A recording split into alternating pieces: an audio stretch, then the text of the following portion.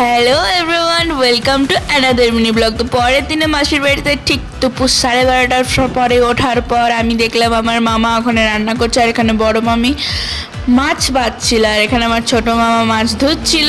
তারপরে আমি পান্তা ভাত আর আলু ভাজা খেয়ে বেরিয়ে গেলাম ওখানের একটা জায়গায় বেড়াতে। দেন ওই জায়গাটা তোমরা সবাই জানো, ওই জায়গাটার নাম হচ্ছে কৃষক বিদ্রোহের নেতা বীরেন্দ্র শাসমলের বাড়ি। তো এটা হলো সেখানে ভিউ। বাইরে মানে আমি সাইডগুলো এইগুলো তুলতে এত টাইম লাগিয়ে দিয়েছিলাম। আমি ঢুকতে পারিনি ভিতরে, কারণটা তোমাদেরকে বলছি। তোমরা শুনলে ভয় পাবে, মানে শুনলে ভয় পাবে না, হাসি পাবে।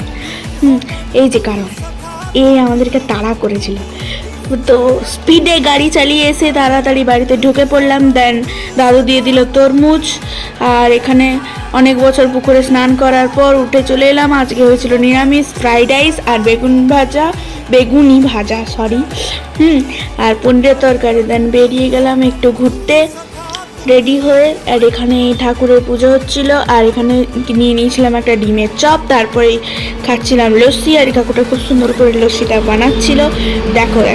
দেখো দেন আমি গেলাম এখানকার স্পেশাল মাছ হচ্ছে লইঠা মাছ। এইদিকে বাঁকুড়ার দিকে বলে লইঠা মাছ, আর ওদিকে বলে বাবলা মাছ, মানে পূর্ব মেদিনীপুরের দিকে, মানে দীঘার দিকে। তো এই মাছ দেখতে দেখতে চলে এলাম বাড়ি। দেখা হচ্ছে পরের মিনি ব্লগে। Good bye.